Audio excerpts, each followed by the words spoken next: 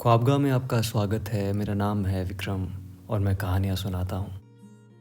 और आज हम कहानी सुनेंगे घर की। आज सुबह से कस्बे के सरकारी स्कूल में सफाई चल रही है।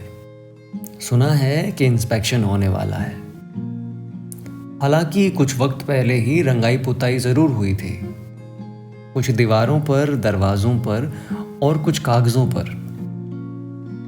स्कूल के बीच में एक बड़ा हॉल है जिसमें कुछ रोशनदान है। दरअसल ये कस्बे की शुरुआती इमारतों में से एक है। नहीं तो अब छोटे कमरों में भी धूप को जाने की इजाजत कहाँ है जनाब। इन्हीं रोशनदानों में कबूतरों ने अपने बसेरे बना रखे हैं। हाल में कभी कभार ही कोई फंक्शन हुआ होगा। फिलहाल कबूतरों की गुटरगू का शोर सुन जाता है। पत्थरों में रहने वाले पक्षी अब इंसानों की कंक्रीट से बनाई इमारतों में रहने लगे। एक पूरी कॉलोनी बन गई है। रोशनदानों में इंतजार है कुछ नन्हे परिंदों को अपनी पहली उड़ान का और कुछ को इस दुनिया में आने का। थोड़ी देर बाद कुछ अध्यापक आते हैं, जेबों में हाथ डालकर इधर उधर देखते हैं। उनमें से एक कहते हैं कि यहाँ की सफाई अच्छे से कर दो, क्योंकि 20 दिन में यहाँ तालियों की गड़गड़ाहट सुनेगी। फर्श को चमका दिया जाता है। बड़े से डंडे से बंधे ब्रश छत तक घूम जाते हैं। कुर्सियों की धूल झाड़ दी जाती है। अरे वो रोशनदान तो रह गए, वो सीढ़ी लेकर आओ और इन कबूतरों को यहां से भगा दो। पता नहीं कहां से आ गए। सफाई कर्मी ने घोंसले को नीचे लाकर बाहर रख दिया। थोड़ी देर बाद कबूतरों ने शीशों से अंदर आने की भरपूर कोशिश की।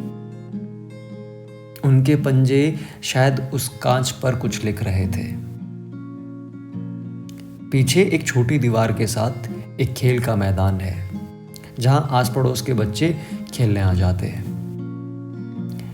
पास में ही एक अंग्रेजों के समय की इमारत है, जिसकी छतों पर पौधे उगाए हैं। आस पड़ोस में इसे भूतिया कहा जाता है। ललित, नीटू और आशु पड़ोस की कॉलोनी में रहने वाले बच्चे थे। तीनों उन घोंसलों को देखते हैं।